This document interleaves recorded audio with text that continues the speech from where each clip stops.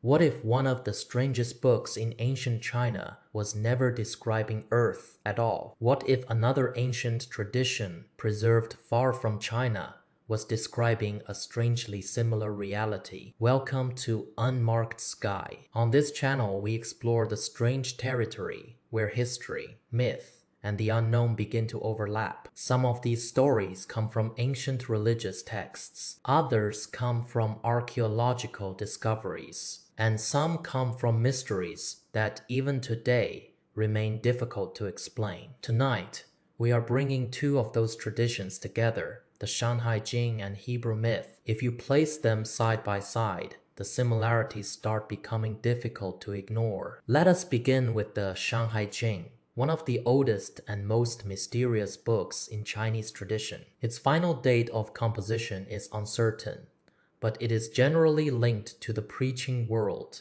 which places it inside a very ancient intellectual landscape. What survives today includes the classic of mountains, the classic of seas, and the great wilderness chapters. On the surface, it looks like a catalog of mountains, rivers, creatures, peoples, and divine presences. But the more closely you read it, the less it feels like ordinary geography, and the more it feels like a report from another order of reality. In the mountain sections, peaks are described one by one, and each is said to contain specific minerals, plants, animals, and gods. Some plants supposedly prevent hunger. Some creatures increase strength. Some objects behave almost like ancient technologies. One famous example is a plant said to keep people from getting lost, which sounds remarkably like a mythic form of navigation. That is why the Shanhai Jing often feels less like random fantasy and more like a functional record of a world with its own rules. It does not merely say that strange things exist. It often explains what those strange things do. That detail matters, because pure fantasy does not usually care so much about practical function. The Shanhai Jing often does. And then we encounter one of the strangest recurring features in the entire book: hybrid beings that combine human and animal forms. Some are described with human faces and animal bodies. Others reverse the structure and place animal heads on human forms. These are not isolated images. They appear again and again as part of a larger pattern. That pattern immediately invites comparison with other traditions, including Mediterranean myth and certain Hebrew sources. If several civilizations preserved memories of mixed beings, we have to ask whether they were inventing independently or remembering something older. If you have seen my earlier discussion of the Book of Enoch, you may remember a key idea: the crossing of boundaries between humans, animals, and non-human beings. In some ancient Hebrew traditions, including the broader world around Enochic literature, the world is described as if it had once been disturbed by beings that overstepped their proper limits. Knowledge crossed boundaries. Life crossed boundaries. Order itself was altered. If you bring that background back to the Shanhai Jing, the hybrid beings stop looking like decorative mythology and start looking like signs of a damaged or modified world. If the mountain sections already feel unusual, the sea and great wilderness sections go even further, because there the focus shifts away from landscape and toward peoples. But these peoples are not ordinary humans. The text speaks of one-eyed people, multi-headed people, giants, small peoples, and other forms that do not match familiar humanity. At that point, the book is no longer just describing monsters. It is describing a structured world populated by different kinds of intelligent life. Each group has its place. Each has its own bodily form. Each seems to belong to a wider system. But if these peoples were real, where are they now? That question sounds surprisingly modern. It resembles the logic behind the Fermi paradox.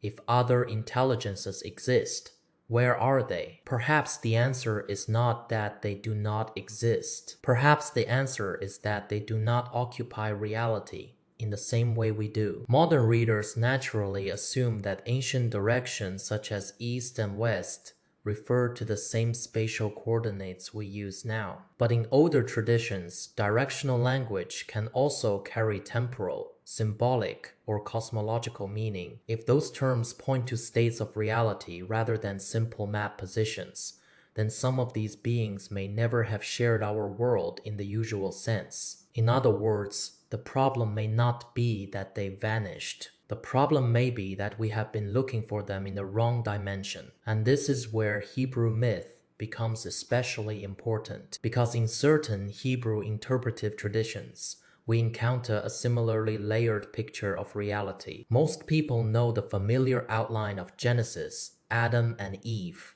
the flood, and the later stories surrounding Moses. But around the written tradition, there also grew a vast interpretive world preserved through oral teaching. Those traditions later fed into works such as the Talmud and into broader streams of Hebrew mythic thought. Inside that world, the universe begins to look far larger and stranger than the simplified version most people know. In some Hebrew mythic interpretations, God does not simply create one world and stop there. Reality is described as layered, with multiple Earths or world levels separated by immense barriers or distances. Ancient language does not describe this with modern scientific terms, but the conceptual structure is unmistakably multi-world. And in those worlds, there are different environments and different forms of life. That alone would already be remarkable, but the parallels become more striking when those lives begin to resemble the strange beings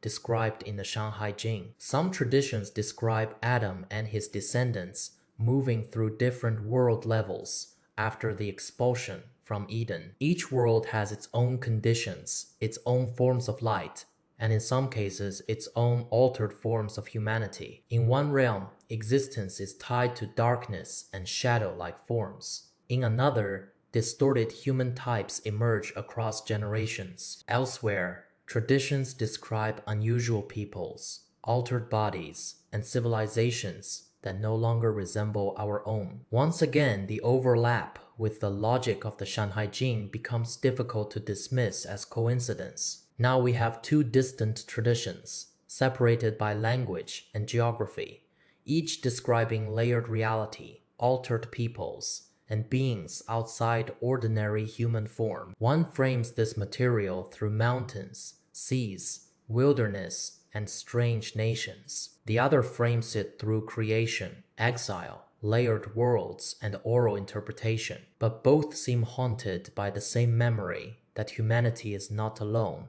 and perhaps never was. And both preserve the possibility that our ancestors witnessed realities they could only describe in the language of myth. Of course, there are several ways to interpret all of this. One reading is symbolic. These stories could express human fears, moral anxieties, and cosmological imagination. Another reading is historical. Different cultures may have inherited fragments of older traditions and reshaped them in different ways. A more provocative reading is that these texts preserve memories of contact with realities, beings, or environments no longer accessible to us. I am not claiming certainty here, but I am saying the similarities are too interesting to dismiss lightly. If we widen the frame even more, the pattern becomes harder to ignore. Across world mythology, certain themes repeat again and again.